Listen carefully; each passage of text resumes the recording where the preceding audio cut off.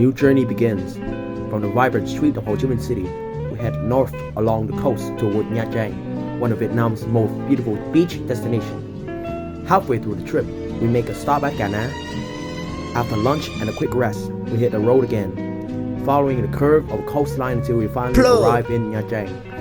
As the evening fades, we check into the Nevada Hotel.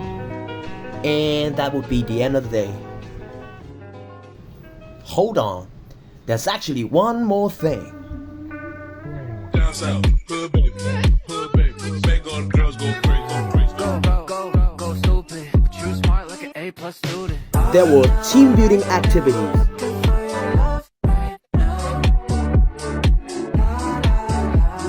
It was hella fun.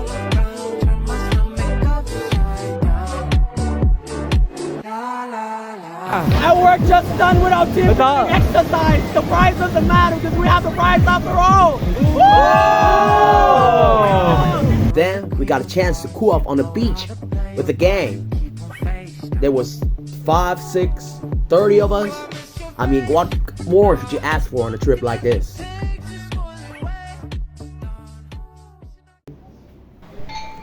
For the first destination of the second day, we're visiting Hoc Dong. Here, we paid a fairly priced ticket fee, giving you full access to the scenery, the rocks, and the cultural centers Hội Quán Vịnh Nha Trang. Here's the highlight. They often host live traditional music performance right inside of the Hội Quán Vịnh Nha Trang, alongside the historical art on display and the traditional architecture. But the rock formation is the star of the show, and the path leading down to the main attraction is very straightforward. At Hoc Dong, the rocks tell old story, shaped by the time, softened by the sea. Standing here, you feel both small and infinite, a very contrasting feeling. So behind me is Hoc Dong, literally named the husband rock, or by some reason, a stacked rock. So, the legend says that a giant left his hand here and left an imprint that stands to the very day. It lasts for thousands of years. It is one of the most iconic sites of Nha Trang, and you must try to visit. The sea have shaped these stones for centuries, and these rocks look frozen in time, like nature built its own monument.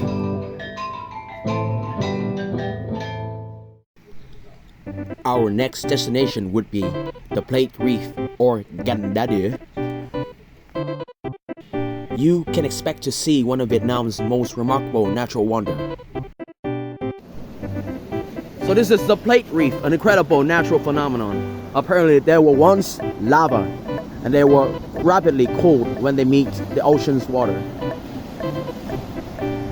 And it feels very strange to step on these stones. It's like I'm walking on giant puzzle pieces.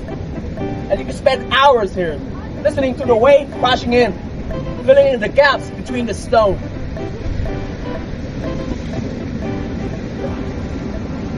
Woo!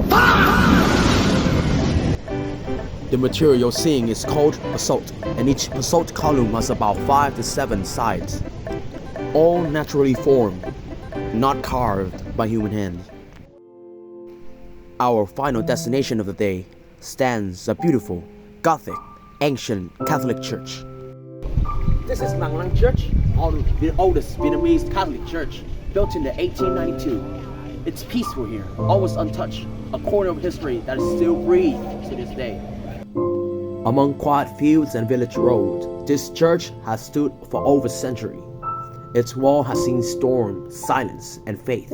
Somehow it's held with grace. This church once kept the 8-day sermons, the first ever Vietnamese book to be printed. It's a powerful piece of history linking faith and language together. Just like this reminds me that traveling isn't only about landscape. It's about leaving belief, beauty, and hope behind. It is beautiful and classic, yes, but it is also humble. The mossy green-gray exterior makes it feel completely harmonious with the peaceful Phú Yên countryside.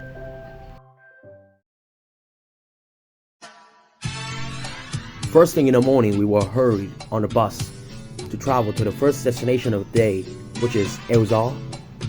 This is Elzar, or the Wind Strait. This is where the sea meets the cliff, and the wind never stops moving. To reveal our life, the coastline is here.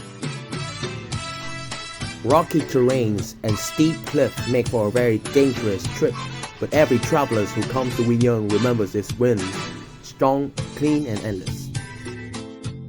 It's a feeling that follows you after you leave.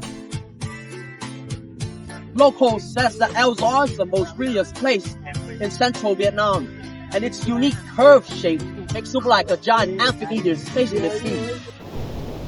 For me, this is such a simple scenery, but the feeling you get from hearing the sound of the intense wave, the feeling of the winds and the majestic mountains, it's unmatched.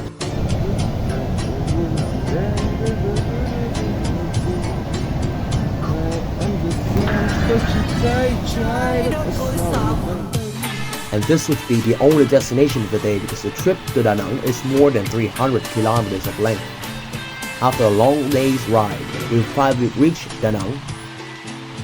We checked in to the Hotel Royal Lotus for rest, and that's the end of the day.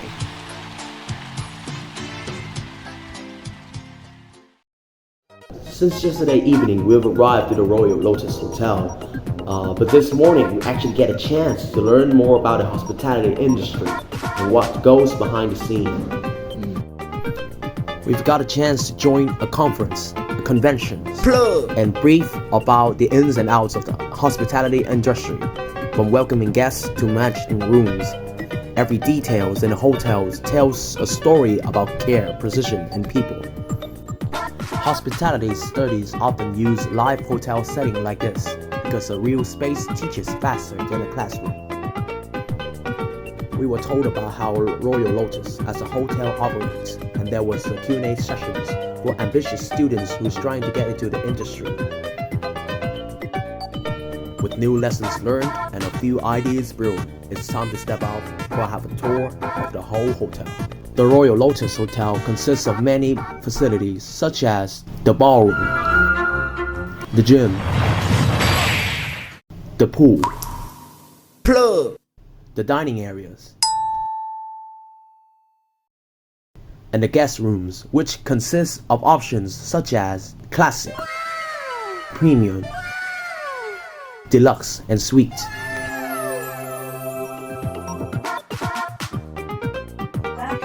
So Da Nang welcomes almost 5 million tourists a year, making hospitality one of its fastest growing industries.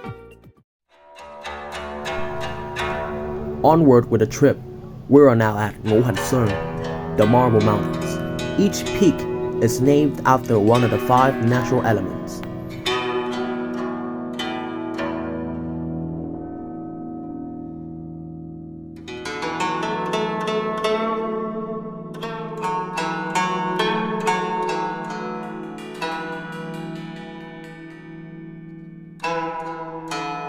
I think the steps are steep and very uneven. It makes it feel exhausting to try to step on this line, but let's see if the view are worth it.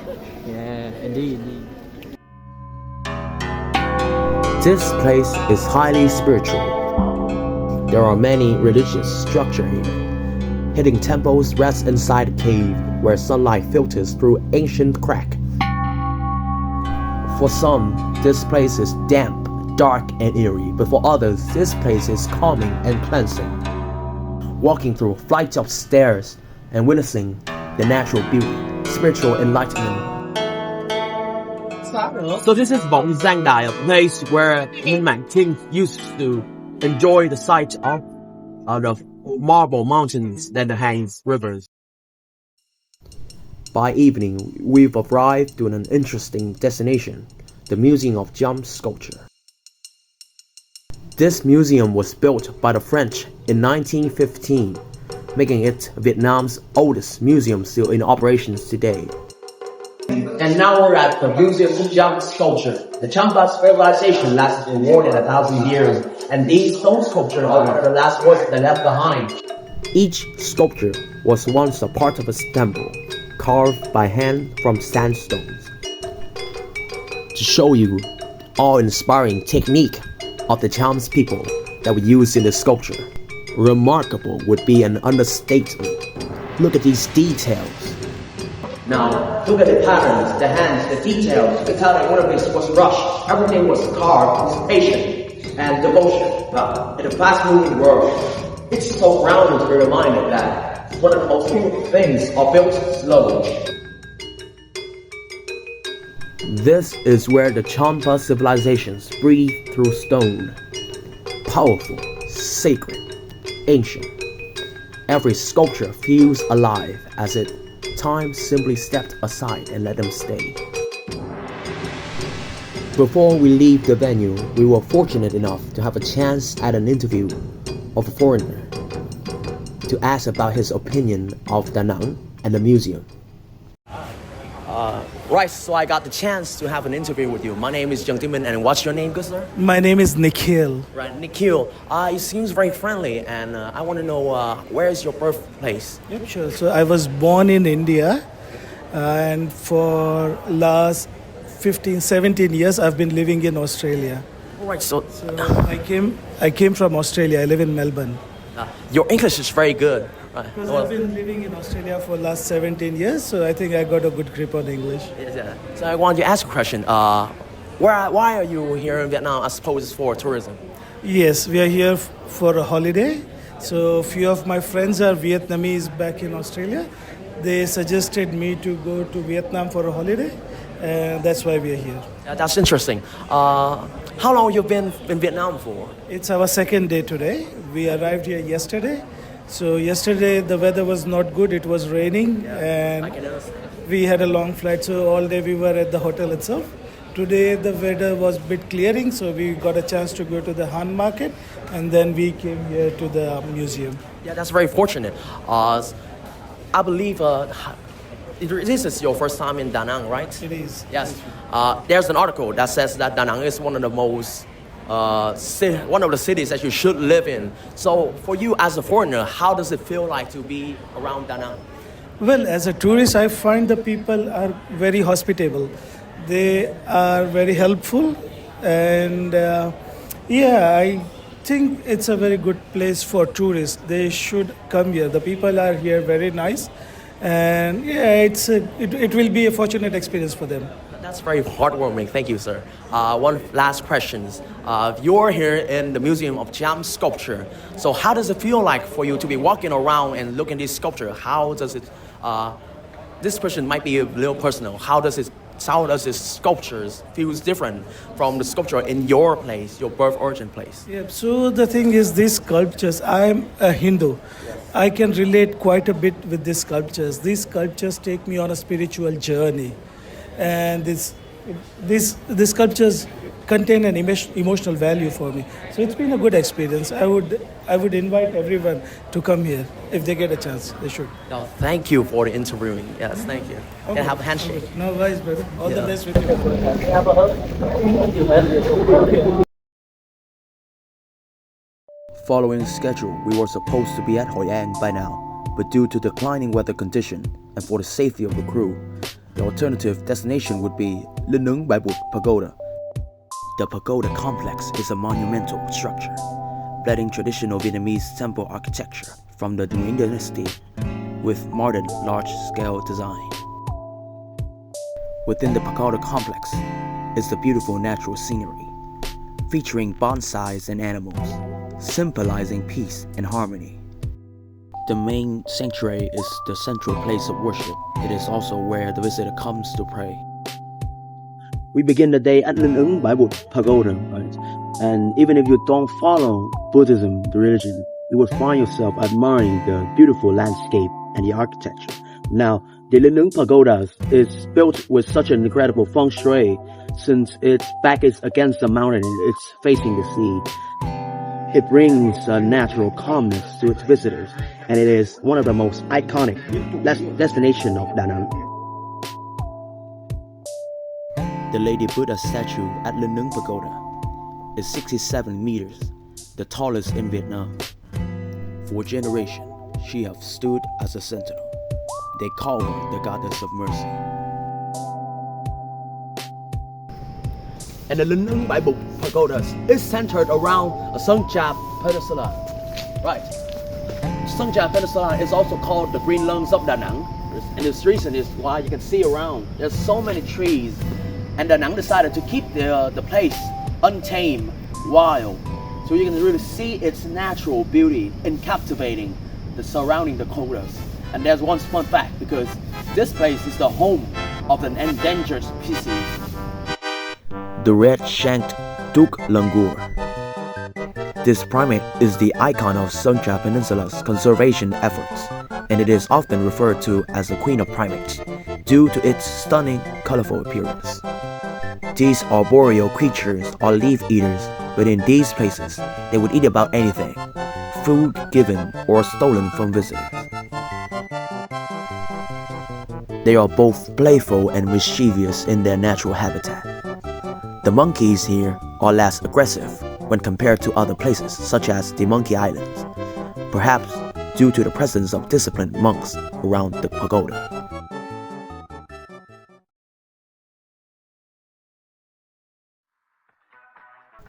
Day 6 trip leads us to Winyang Explorer Science Centers. This place is a combination of experiment, display, science, explorations, learning, and fun. When we arrived at the centers, we were lining up to watch a movie. Utilizing the digital dome technology, the theaters allows you to experience watching a movie like never before. We were watching Forward to the Moon by Fisk Planetarium. After watching the movie, we had a chance to learn more about the solar system, the planetary categories, and how each planet was formed. And the astronomy exhibition is not less interesting, but I've always had a passion for astronomy, and it's been my lifelong wish to encounter and experience something like this. The large-scale planets model allows you to watch and examine the planets in great details. This is the Nikola Tesla Showcase, one of the most intriguing demonstrations in explorer science. Bolts of lightnings and pure energies dancing around the air will make you scared for your life. And I can tell that my friends feel the same.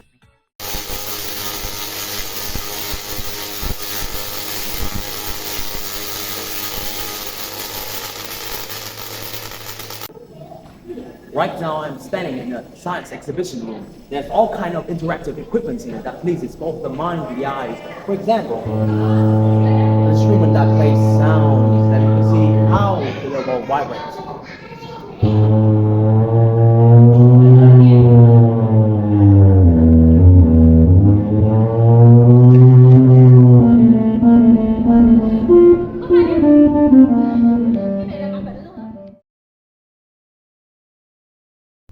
The final destination of the trip, Day 7, Nha Trang Institution of Oceanography. You can see loads of bones, structures from marine animals.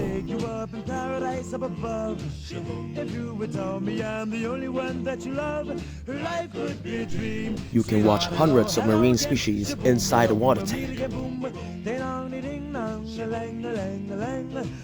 And I'm not going to lie, as simple as it is, these marine life, species, fish, they were endearing to look at.